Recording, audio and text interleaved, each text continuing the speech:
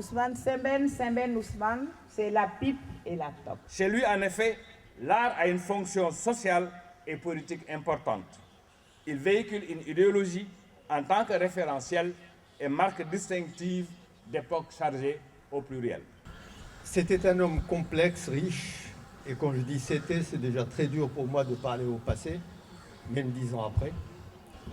En 1970, ici à Dakar, du temps où Dakar était la capitale réelle du cinéma africain, nous avions 20 ans, jeunes cinéphiles venus du Maghreb, moi du Maroc.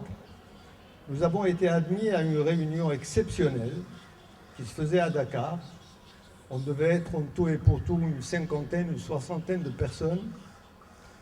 Et nous avions devant nous, nous qui, dans les ciné-clubs, essayions très durement de trouver des films africains. Évidemment, on ne les trouve pas facilement, d'ailleurs ça continue, il ne faut pas croire. D'être invité à la table de ces grands.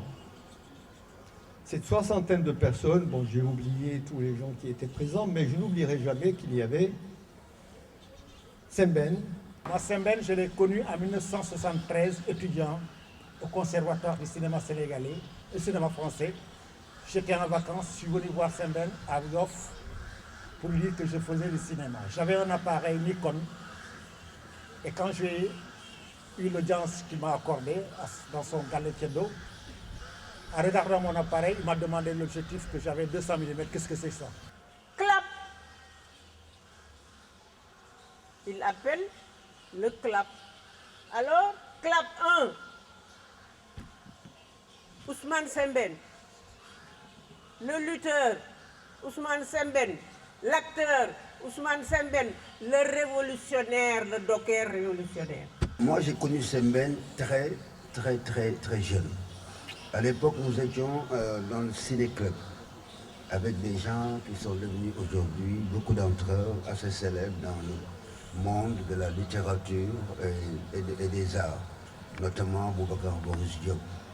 Et nous marchions de la Médina à Yoff pour aller discuter, écouter Sembène, apprendre de lui surtout.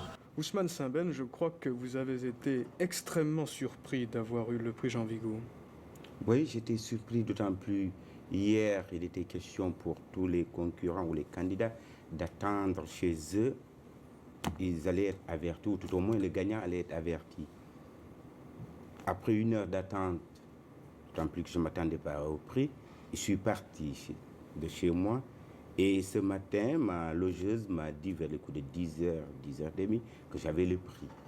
Je croyais à une plaisanterie. Je téléphone aux actualités, effectivement, j'avais le prix.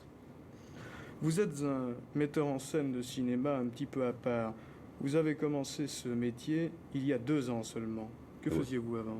Avant, je m'occupais de la littérature, ou tout au moins, je faisais de la littérature. Et qu'est-ce qui vous a amené brusquement à bifurquer? Non, je crois que c'est un problème purement africain.